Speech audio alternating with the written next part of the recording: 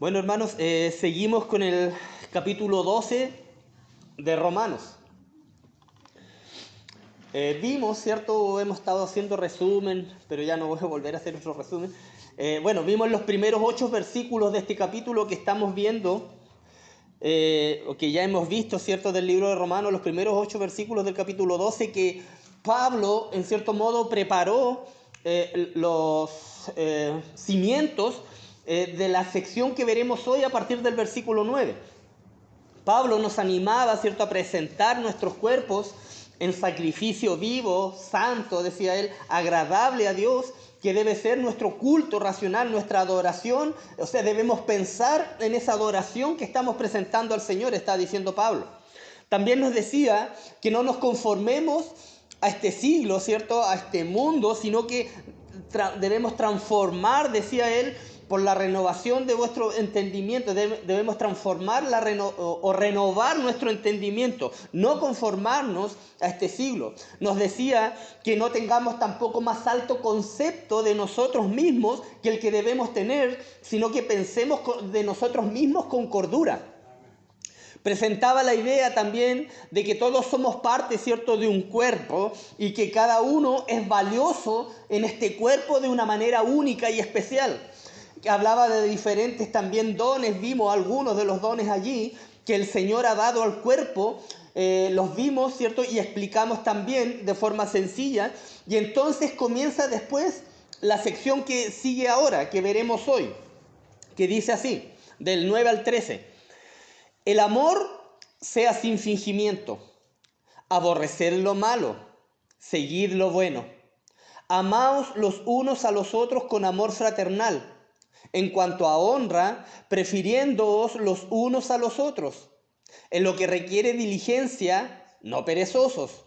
Fervientes en espíritu, sirviendo al Señor.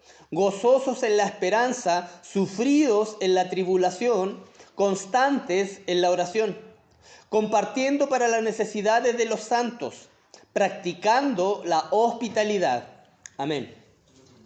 Bueno, el versículo 9 comenzaba diciendo: el amor sea sin fingimiento, ¿cierto? Aborrecer lo malo, seguid lo bueno. Un versículo muy claro, muy simple, muy fácil de entender, ¿cierto? Y en este versículo vemos 3 deberes personales de cada uno de nosotros, 3 deberes personales del cristiano. Lo primero consiste en que el amor debe ser sin fingimiento. En el griego, la palabra amor es ágape, el amor ágape. Yo creo que todos hemos escuchado esta palabra. Y es a menudo utilizado, ¿cierto?, para describir el amor que Dios siente por las personas. Pero también se utiliza para describir el amor que existe entre una y otra persona o entre cristianos. Hermanos, la virtud más grande de la vida cristiana es el amor, o el don más grande es el amor. El amor ágape se centra más que nada en las necesidades, ¿cierto?, y en el bienestar de la persona que uno ama, de la persona amada, y está dispuesto a pagar cualquier precio personal que sea necesario para poder satisfacer esas necesidades de la persona que uno ama y garantizar también ese bienestar. El amor es más importante para un cristiano que incluso que cualquier don espiritual que la persona o el cristiano pueda tener. Pablo también dijo a los creyentes allí en Corintios, ¿cierto? En 1 Corintios 13, que ahora dice permanecen la fe, la esperanza y el amor. Pero el mayor de todos es el amor, decía Pablo allí en 1 Corintios. En el capítulo 13, un capítulo muy conocido, ¿cierto? La preeminencia del amor. Es tan importante el amor, ¿cierto? Este amor genuino es una parte integral de la vida cristiana o de la vida sobrenatural del cristiano. Es tan importante que el apóstol dice también en 1 de Juan, capítulo 3, versículo 14, dice: nosotros sabemos que hemos pasado de muerte a vida en que amamos a los hermanos. El que no ama a su hermano permanece en muerte. O sea, es fuerte lo que el apóstol está diciendo aquí, ¿cierto? En otras palabras, una persona que no evidencie este amor ágape, ¿cierto?, carece de todo argumento para afirmar que en realidad está Cristo en su corazón. y por ende la vida eterna. Como dice siempre el pastor, ¿cierto? Me dice a mí, hermano, ame a la iglesia, ame a la iglesia del Señor. Siempre me dice eso. Entonces es de vital importancia el amor. Y dice que este amor debe ser, el versículo, sin fingimiento. El amor cristiano, ¿cierto? El amor ágape debe mostrarse con pureza, debe mostrarse con sinceridad, ¿cierto? Sin egoísmo, ni duplicidad, ¿cierto? O dobleces. Y el segundo anhelo de nuestra vida y naturaleza, y asimismo un deber personal, consiste, también decía el versículo allí, en aborrecer lo malo. También es una frase fácil de entender, ¿cierto? Eso dice el versículo. El aborrecimiento del mal es el otro lado del amor, o es producto también de tener amor, que por naturaleza propia, ¿cierto? No puede aprobar lo injusto. El amor no puede aprobar lo injusto, entonces eso es aborrecer lo malo, ¿cierto? No se goza de la injusticia, como dice también 1 Corintios 13. Proverbios 8:13 dice, el temor de Jehová es aborrecer el mal. El Hijo de Dios debe aborrecer el mal. Debemos aborrecer el mal porque Dios aborrece el mal también. Él lo aborrece, ¿cierto? La maldad es el enemigo de Dios y el enemigo también del amor, de ese amor genuino, ¿cierto? De ese amor sin fingimiento que debemos tener. Y es algo que debe aborrecerse con el mismo fervor con que debemos nosotros también procurar este amor que Pablo nos está dando aquí que debemos tener. El cristiano que ama con amor genuino también está dispuesto, como dije recién, a aborrecer todo lo que es malo, todo lo que no viene de Dios. También Proverbios capítulo 6 dice, ¿cierto? Un texto que la Antonella compartía en sus TikTok. Dice, 6 cosas aborrece Jehová y aún 7 abomina su alma, dice. Y una de estas cosas, dice ahí en el versículo 18, los pies presurosos para correr al mal. El Señor aborrece, como dije, el mal. Cuanto más expuesto se esté a la maldad, debería ejercerse una mayor resistencia, ¿cierto?, contra ella. Debemos resistirnos, ¿cierto? La palabra también nos dice que debemos resistir al diablo, al enemigo. Y como dice 1 Tesalonicenses 5, 21, 22, dice que debemos también examinarlo todo, retener lo bueno y abstenernos de toda especie de mal. La palabra constantemente nos anima a esto. Si tenemos la mente de Cristo, si hemos sido transformados, ¿cierto? Tenemos la mente de Cristo, debemos ser como Él en amar la justicia, ¿cierto? En aborrecer el pecado, ¿cierto? Debemos amar lo que Él ama y aborrecer lo que Él aborrece. Yo no me puedo gozar con el pecado. Somos pecadores. Caímos en pecado constantemente, amado hermano, pero yo no me puedo gozar. Yo no puedo gozar de ese pecado. Ahí no estaríamos aborreciendo lo malo. Insisto, nosotros somos pecadores transformados, ¿cierto? Por la gracia de nuestro Señor, pero no nos gozamos con el pecado, no nos gozamos con el mal. El Espíritu Santo, ¿cierto?, nos amonesta. Y termina diciendo el versículo 1, seguid lo bueno, ¿cierto? Se puede definir lo bueno como lo que Pablo dice en Filipenses 4:8, dice todo lo que es lo bueno podría ser lo que dice ahí, ¿cierto? Filipenses 4:8. Todo lo que es verdadero, todo lo honesto, todo lo justo, todo lo puro, todo lo amable, todo lo que es de buen nombre. Y termina diciendo ahí en el versículo 8 de Filipenses 4, si hay virtud alguna, si algo digno de alabanza, en esto pensad. Esto podría ser la definición, ¿cierto?, de seguir lo bueno. Como Pablo ya explicó en el versículo 2 del capítulo 12, que ya vimos, ¿cierto?, en unas clases anteriores, la clave para hallar y seguir lo bueno está en que no nos conformemos a este mundo, sino que seamos transformados por la renovación de nuestro entendimiento, decía Pablo, para que comprobemos, ¿cierto?, cuál sea la buena voluntad de Dios, agradable y perfecta. Hermanos, a medida que nos separamos de las cosas del mundo, y nos saturamos de la palabra de Dios, de las cosas del Señor, ¿cierto? Las cosas buenas irán sustituyendo lo malo que hay en nosotros. Cada vez más, ¿cierto? Lo que es de Dios, lo que es bueno, irá sustituyendo o opacando todo eso malo que hay dentro de nosotros. En este versículo 9, ¿cierto? Vimos los deberes personales del cristiano, y ahora en la sección del 10 al 13 vemos los deberes con la familia de Dios, con la familia de fe, con nuestros hermanos, ¿cierto? Los deberes de los creyentes para con los hermanos en la fe, los demás miembros de la familia de Dios. Dice los versículos, los vamos a leer de nuevo. Estos 4 versículos dice: amados los unos a los otros con amor fraternal. En cuanto a honra, prefiriéndoos los unos a los otros, en lo que requiere diligencia, no perezosos, fervientes en espíritu, sirviendo al Señor, gozosos en la esperanza, sufridos en la tribulación, constantes en la oración, compartiendo para las necesidades de los santos, practicando la hospitalidad. El primer mandato es: amados los unos a los otros con amor fraternal. Ese es el primer mandato. Y esta es una de las marcas por las que el mundo, amado hermano, sabrá que pertenecemos a Cristo, ¿cierto? Es una forma de demostrar que nosotros somos hijos de Dios, amándonos los unos a los otros con amor fraternal.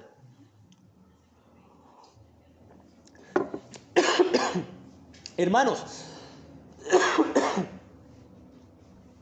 el Señor dijo, ¿cierto?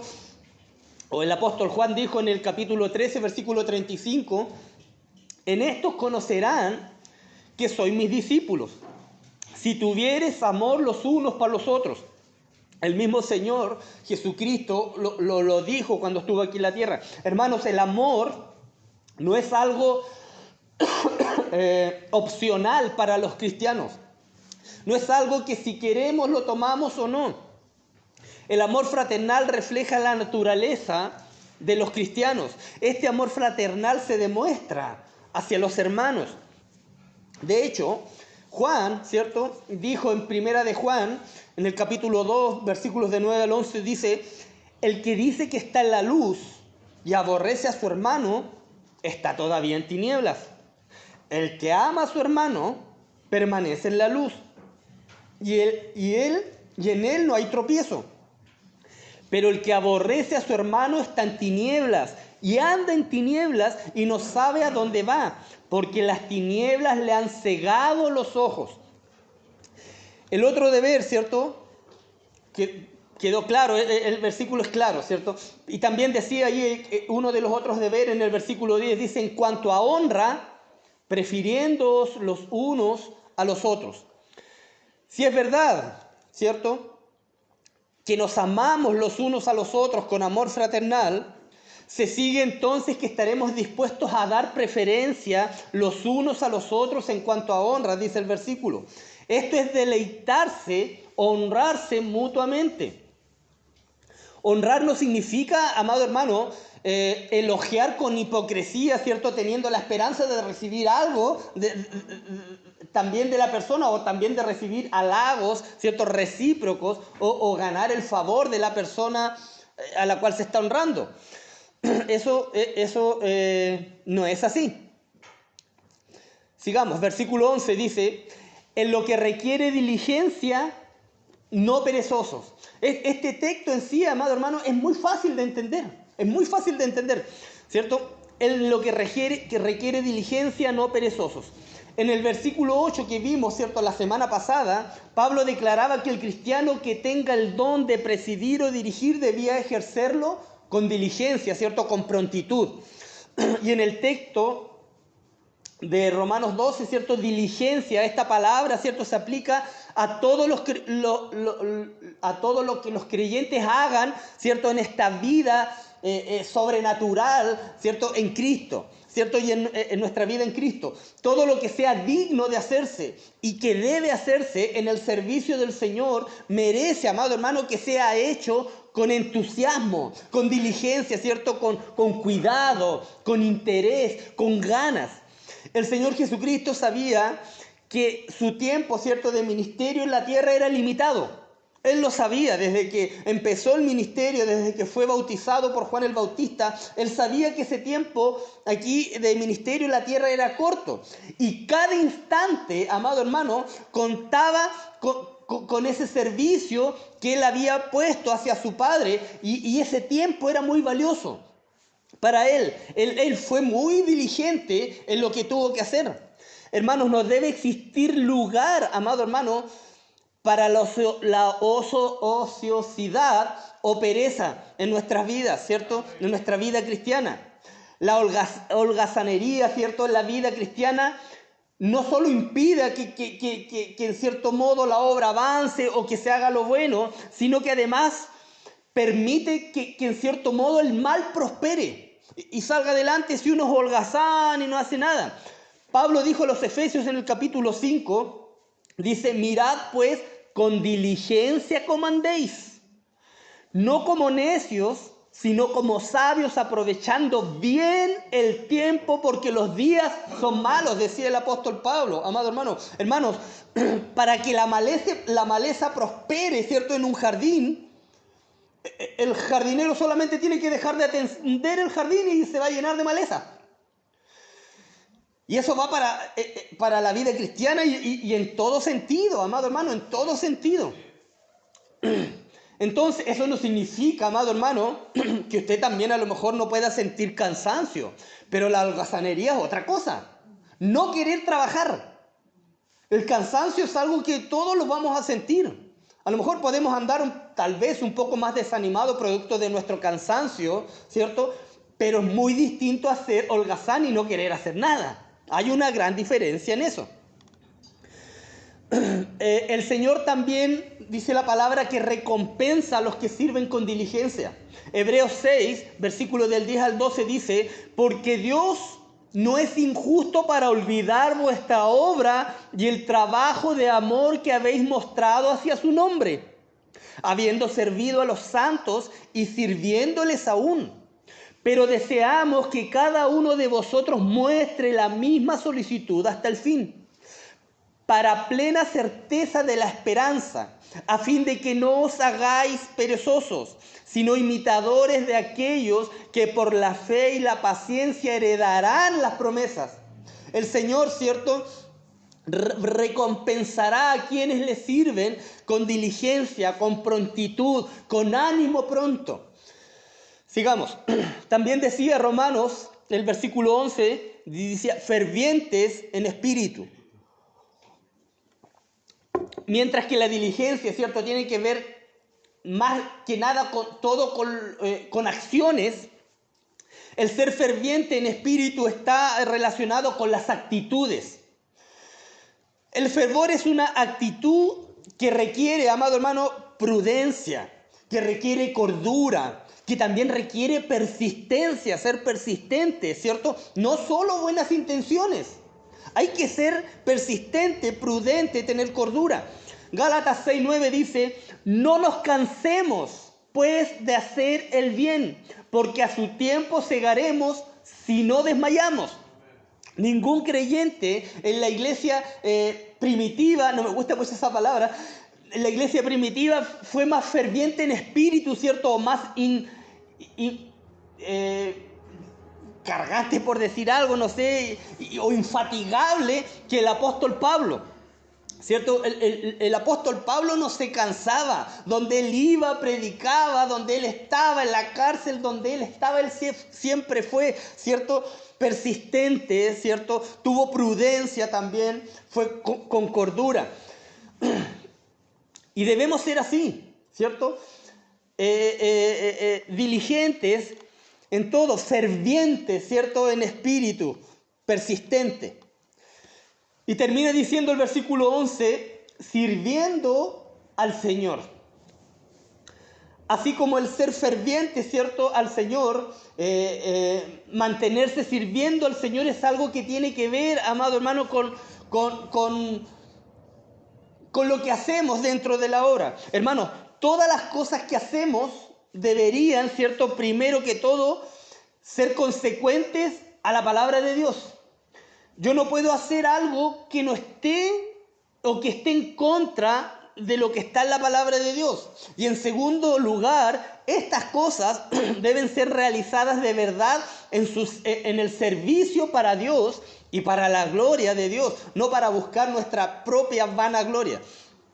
Pablo nunca perdió de vista, ¿cierto?, esa misión fundamental, ¿cierto? De hecho, el apóstol empieza su carta en el capítulo 1, en el versículo 9, afirmando que servía a Dios en espíritu. Dice ahí en el versículo 9 del capítulo 1, que él sirve a Dios con espíritu, ¿cierto? En el evangelio de su Hijo, decía ahí, del Hijo de Dios. Nosotros, además, nos servimos al Señor en nuestras propias fuerzas, amado hermano. Así como tampoco vivimos o vinimos a Él, ¿cierto?, por nuestro propio poder, por decir algo. El propósito supremo que tenemos en nuestra vida es servir al Señor Jesucristo, ¿cierto? Y nuestro poder para cumplir este servicio también proviene de nuestro Señor. De Él, ¿cierto? Como dice Colosenses 1:29, para lo cual también trabajo, luchando según la potencia de Él, de nuestro Señor, la cual actúa poderosamente en mí, decía Pablo. Versículo 12, comienza diciendo, gozosos en la esperanza. Gozosos en la esperanza. Romanos 8, 24, 25, que vimos el año pasado, ¿cierto? Dice, porque en esperanza fuimos salvos, pero la esperanza que se ve no es esperanza, porque lo que alguno ve, ¿a qué esperarlo? Pero si esperamos lo que no vemos, con paciencia, dice Pablo, lo aguardamos. Cuando somos gozosos en la esperanza, ¿cierto? Sabemos que si estamos firmes, si somos constantes, creciendo en la obra del Señor siempre, nuestro trabajo en el Señor no será en vano. El trabajo en el Señor no será en vano, amado hermano, si usted está gozoso, ¿cierto?, en la esperanza, firme y constante en la obra del Señor. También dice el versículo 12, sufridos en la tribulación. Hermanos, es debido a que no nos podemos, ¿cierto?, regocijar en la esperanza que podemos perseverar en la tribulación. O sea, puesto que tenemos, amado hermano, una certidumbre perfecta acerca del desenlace final de nuestras vidas en Cristo, estamos en la capacidad, amado hermano, nosotros de persistir contra cualquier obstáculo y sobrellevar cualquier sufrimiento que podamos tener en la vida, porque sabemos cuál será nuestro desenlace final si estamos en Cristo. Y esa es una esperanza. Por eso dice, sufridos en la tribulación, ¿cierto? Sabremos, o el Señor nos capacitará para poder sobrellevar cualquier obstáculo o cualquier cosa que pueda venir a nuestra vida, que siempre Él permite, amado hermano. Termina diciendo el versículo 12, constantes en la oración. Sin lugar a dudas, amado hermano, y soy un convencido de esto, amado hermano, que una de las razones por las que el Señor permite que sus hijos pasen por tribulaciones, ¿cierto?, por angustias, es para que nosotros nos podamos acercar más a Él. Soy un convencido de eso. El creyente que tiene la fortaleza para perseverar, amado hermano, en las pruebas, en las aflicciones, en la adversidad o infortunios que puedan venir a nuestra vida, incluso penurias muy grandes, amado hermano, y miseria tal vez, es alguien para quien la oración es mucho más que una costumbre ocasional. Tales personas se caracterizan, amado hermano, por ser constantes en la oración, ¿cierto? En la comunión con su Señor como una parte habitual de sus vidas y no solo una costumbre. Esto debería ser cierto y habitual en nuestras vidas, amado hermano, sin importar las circunstancias que podamos estar pasando. Aunque estemos en tribulación, en pruebas, o aunque no tengamos nada, igual siempre debería ser una constante en nuestra vida. Constantes en la oración. La expresión constante, ¿cierto?, tiene un significado literal de ser fuerte en dirección a alguna cosa. Y también tiene las ideas de empeño, de firmeza, ¿cierto? Constantes, empeñosos, firmes en lo que estamos haciendo. Los primeros cristianos fueron constantes en la oración. Ellos oraban mucho, ¿ah? Y esto era fundamental tanto antes como después, ¿cierto? Del descenso del Espíritu Santo. Antes y después. Ahí en la fiesta de Pentecostés. Fue también, ¿cierto? Con ese objetivo de no perder esto, de ser constantes en la oración, que para que los apóstoles pudieran ocuparse de lleno a esto, por eso que se nombraron diáconos, ¿cierto? Ahí en el libro de los Hechos, porque para que los apóstoles, ¿cierto?, no descuiden este ministerio, ser constantes en la oración. Y el ser constantes en la oración debe ser una parte, como dije recién, continua, amado hermano, y fundamental en la vida espiritual de cada cristiano. Como respirar, ¿cierto?, en lo que es físico. Debe ser algo constante. Versículo 13 dice, compartiendo para las necesidades de los santos, practicando la hospitalidad.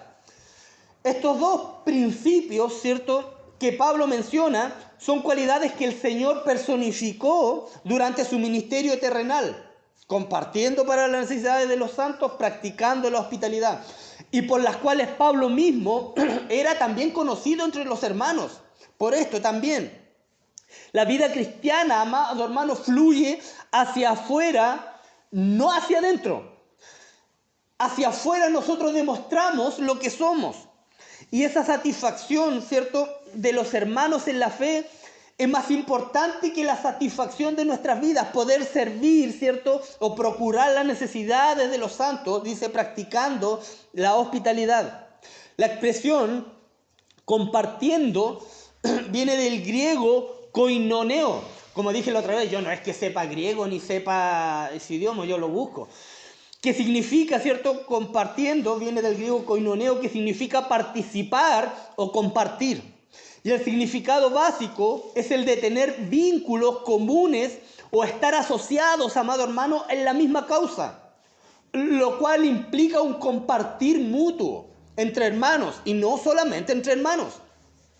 El espíritu dispuesto a compartir se hizo evidente en la iglesia primitiva muy rápidamente, amado hermano. Cuando los creyentes después de Pentecostés, ¿cierto?, después de la llegada del Espíritu Santo, perseveraban, dice ahí en la Escritura, en Hechos, en la doctrina de los apóstoles, en la comunión unos con otros, en el compartimiento del pan y en las oraciones.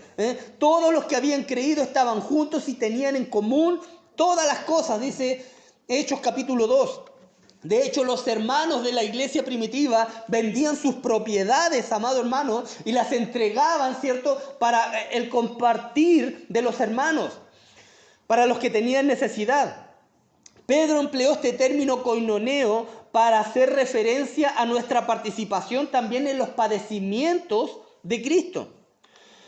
Puesto que el énfasis del texto presente se hace en dar, ¿cierto?, el apóstol Pablo habla de demostrar ese amor fraternal compartiendo para los santos y compartiendo todo lo que tenemos, amado hermano. Todo lo que tenemos, sin egoísmo.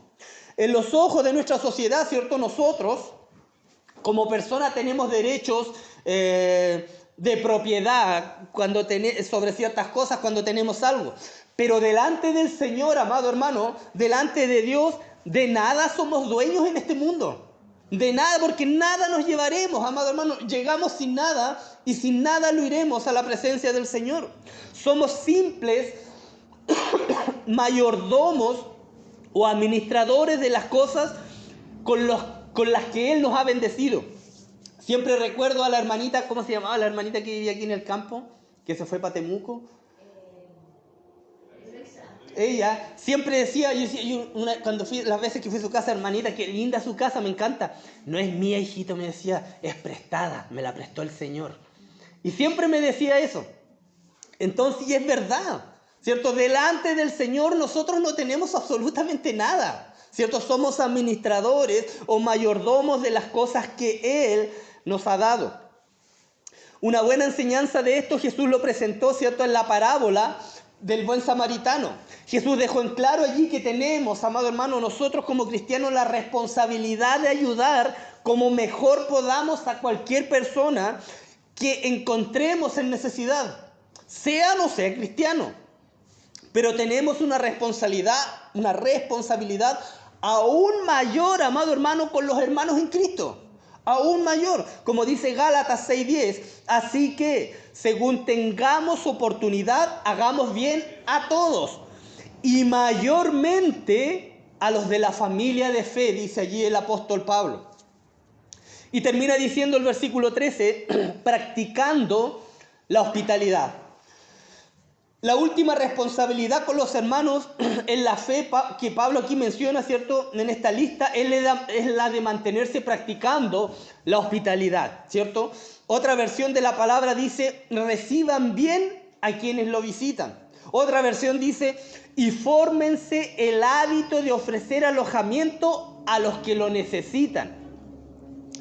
El significado literal de esta frase, amado hermano, en griego es procurando el amor a los extraños.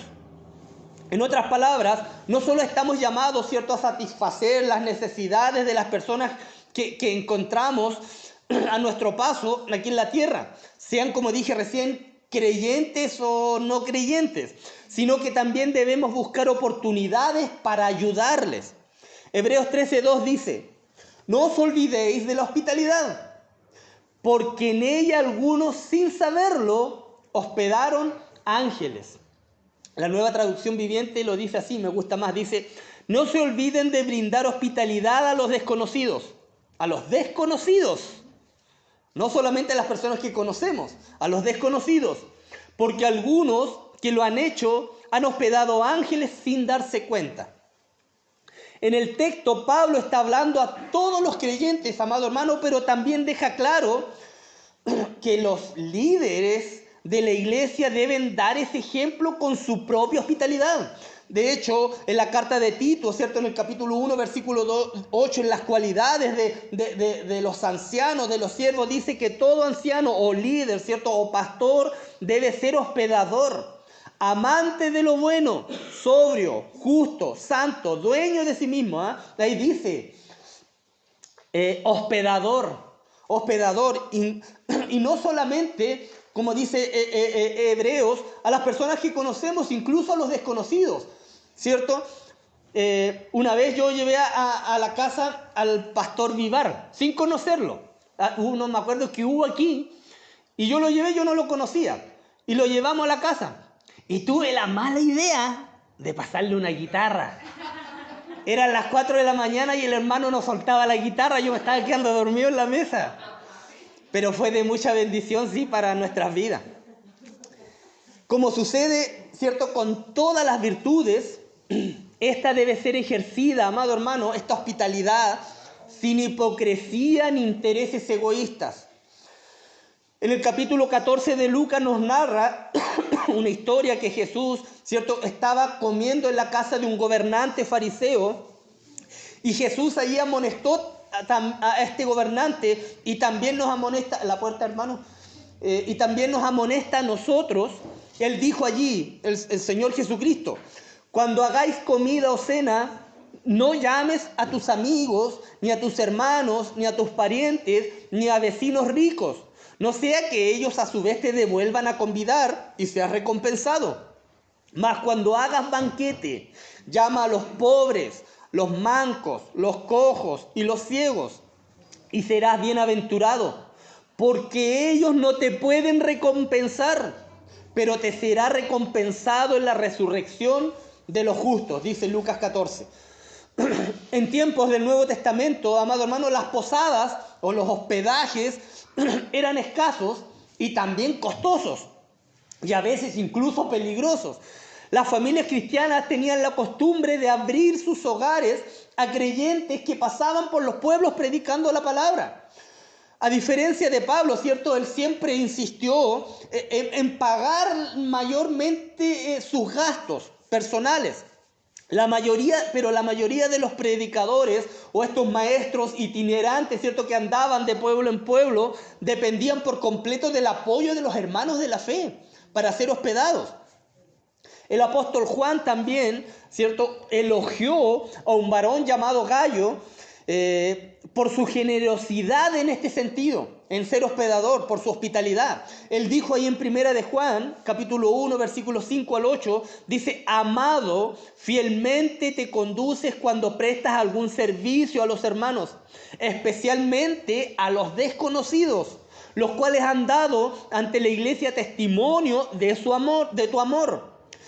Y harás bien en encaminarlos como es digno de su servicio a Dios, para que continúen su viaje, porque ellos salieron por amor del nombre de Él, sin aceptar nada de los gentiles. Nosotros, pues, debemos acoger a tales personas para que cooperemos con la verdad. También Pedro dijo en Primera de Pedro 4:9, hospedaos los unos a los otros sin murmuraciones. Yo no puedo decir, hoy me tocó de nuevo llevar al pastor Vivar a la casa, va a estar hasta las 4 de la mañana de nuevo. No, ¿cierto? El apóstol los amonesta que debemos hacer esto sin murmuraciones, ¿cierto? Es decir, debiéramos considerar nuestra hospitalidad como un privilegio, amado hermano, afortunado para nuestras vidas, no como un deber que enfada o molesta, ¿cierto? Esto debe hacerse también en amor fraternal. El amor, con esto termino, es algo muy práctico, amado hermano, y no solo emocional. En el tiempo de Pedro, ¿cierto?, el amor incluía abrir las puertas de las casas y cuidar de los cristianos necesitados, ¿cierto?, brindarles apoyo, como era el caso, como dije recién, de los predicadores itinerantes que andaban de ciudad en ciudad. También suponía el ofrecimiento de la casa para cultos dentro de la iglesia. Muchos hermanos de la iglesia primitiva abrían sus casas para los cultos. Entonces vemos que la palabra nos enseña que los cristianos deben ser también hospedadores con personas a quienes no conocen. Amén. Amén. La otra semana, ¿cierto?, seguiremos con la última parte del capítulo 2. Que Dios les bendiga, hermanos. Oremos.